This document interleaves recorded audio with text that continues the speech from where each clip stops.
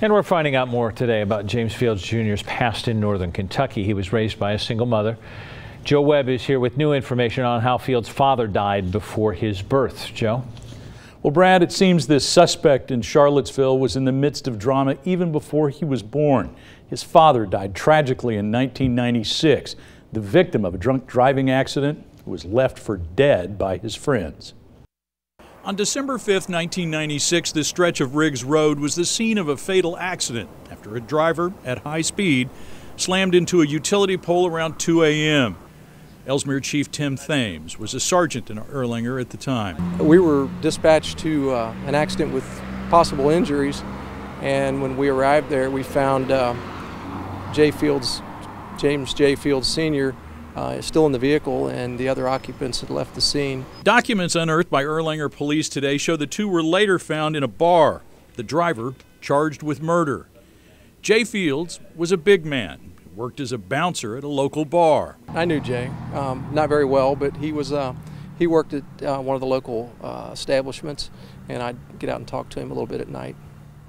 Good guy? Seemed like a very good guy.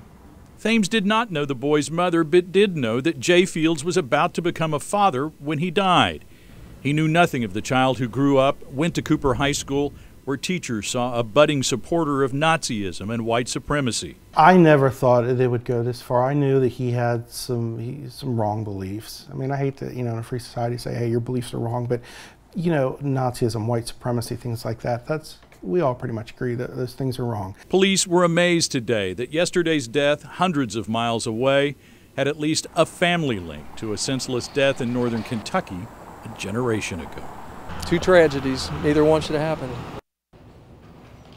Now, a man named David Langsdale was charged with murder after that crash. Several months later, he entered a guilty plea to reckless homicide and was sentenced to 2.5 years in prison. Brad? Joe, thanks. We have also learned this afternoon that James Fields was previously accused of beating his mother and threatening her with a knife here in the tri-state.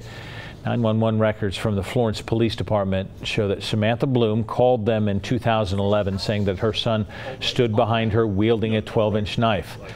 Bloom is disabled and uses a wheelchair. In another incident in 2010, she said that Fields smacked her in the head and locked her in the bathroom after she told him to stop playing video games.